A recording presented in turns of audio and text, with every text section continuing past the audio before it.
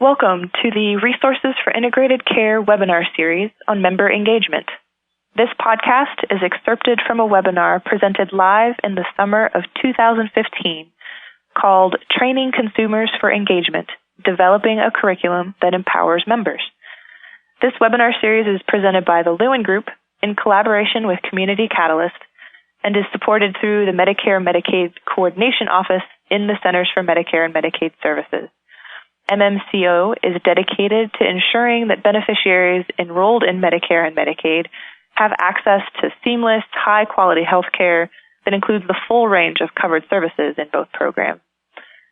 So to support providers in their efforts to deliver more integrated, coordinated care to Medicare and Medicaid enrollees, MMCO is developing technical assistance and actionable tools based on successful innovations and care models. To learn more about current efforts, please visit resourcesforintegratedcare.com. In this podcast, John Arnold, the project manager at UHCAN, Ohio, shares best practices for training to maximize the time spent in member advisory committee meetings.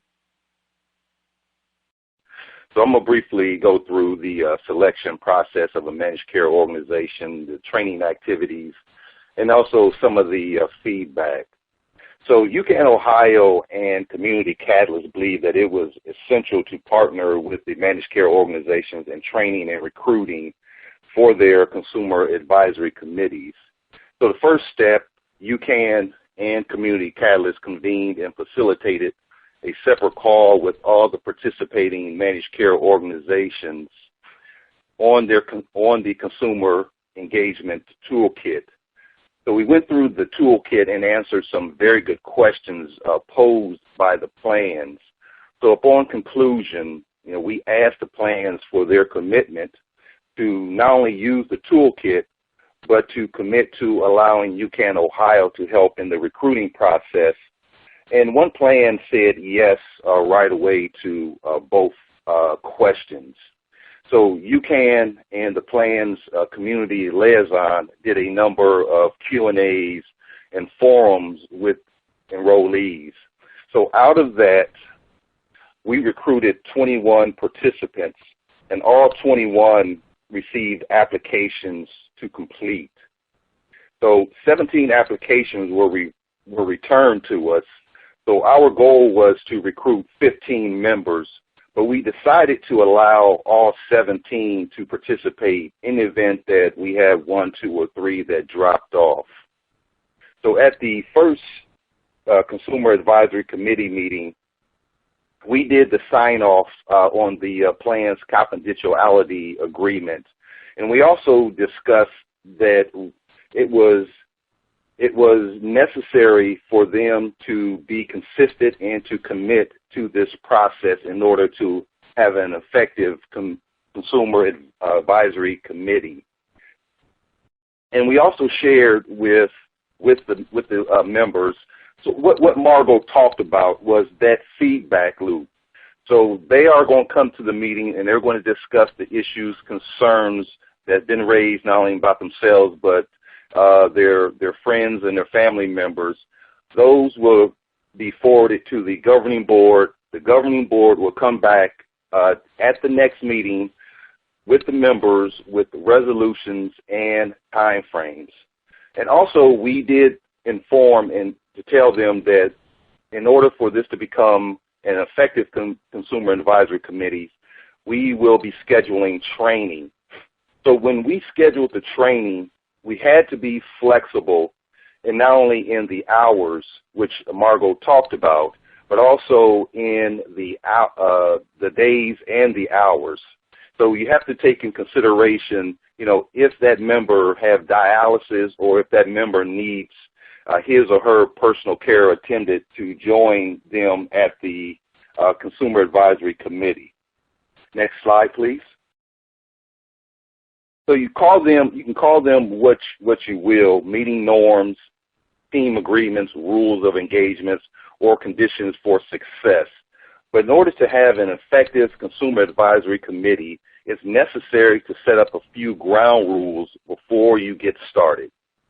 And if you truly want buy-in, you must ensure that the members are advancing and participating in the creation of the ground rules. So we made this an activity to create the ground rules. We asked the members to list ground rules or what they think should be part of the ground rules. Then we asked them to rank them, and what you see here listed are the 8 to 10 ground rules that they came up with. So everyone agreed that the ground rules that were created will now be a guide adopted for future meetings. So again, with the ground rules, you must be flexible and not too rigid. For an example, on start-stop times, cell phones being off or on vibrate. But it's very important to be flexible. Next slide, please. So consumer advisory committees are not just about one individual's issue or concerns. It's very important that the members understand that this is not just about me, myself, my issues, or my concerns only. So we had them think about what is the role, or what they think is the role of a consumer advisory committee member. And we did this in an activity as well. And we asked them to list the roles, what they perceive as the role to be an effective member of a consumer advisory committee. And so I recall that, one member cited going around to every member in her building that she knew participated in the dual demonstration and asking about their concerns or their positive experiences so she can discuss it at the next Consumer Advisory Committee meeting. And we say to her, this is an example of what? And a lot of the other members shouted out, oh, she's representing others. So as you can see, we represent others became the first one that they all agreed upon and gave the highest marks. Next slide, please.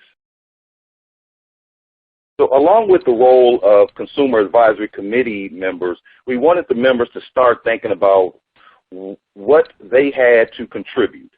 Because each individual is unique and brings something different or a different perspective to the consumer advisory committee. So we did an activity to list what skill set do you believe you bring to the table. And listing their skill set, we asked them to think about their own strengths. So as we listed the skills, many of the members there were surprised when they thought about the skills they came to the Consumer Advisory Committee to contribute. So, an example, a number of members told one member that was there in the training, we are so surprised that you are now opening up to speak because this member that was now opening up was asking probably the best questions of everyone sitting there, and also she was very articulate in the answers that she responded to us. As a matter of fact, she could, at least in my mind, could have been a facilitator.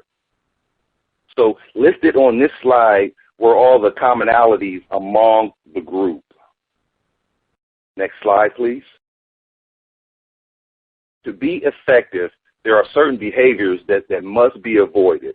And if these behaviors cannot be avoided, it could affect the commitment to improve the care. So we did an activity where we asked the group to choose the behaviors they think are most appropriate to avoid. And I can tell you that the group really had strong feelings about the top 3 listed on this slide. The smartphone, unrelated stories, and being disrespectful. They really had a lot of strong feelings about that. But what is important here on these meeting killers, if you will, is that members themselves must manage the process. And the group agreed that now they have a code of conduct for the Consumer Advisory Committee moving forward. Next slide, please. So as Margot mentioned, the training received great results on the feedback from the members. So a month later, the regular Consumer Advisory Committee convened.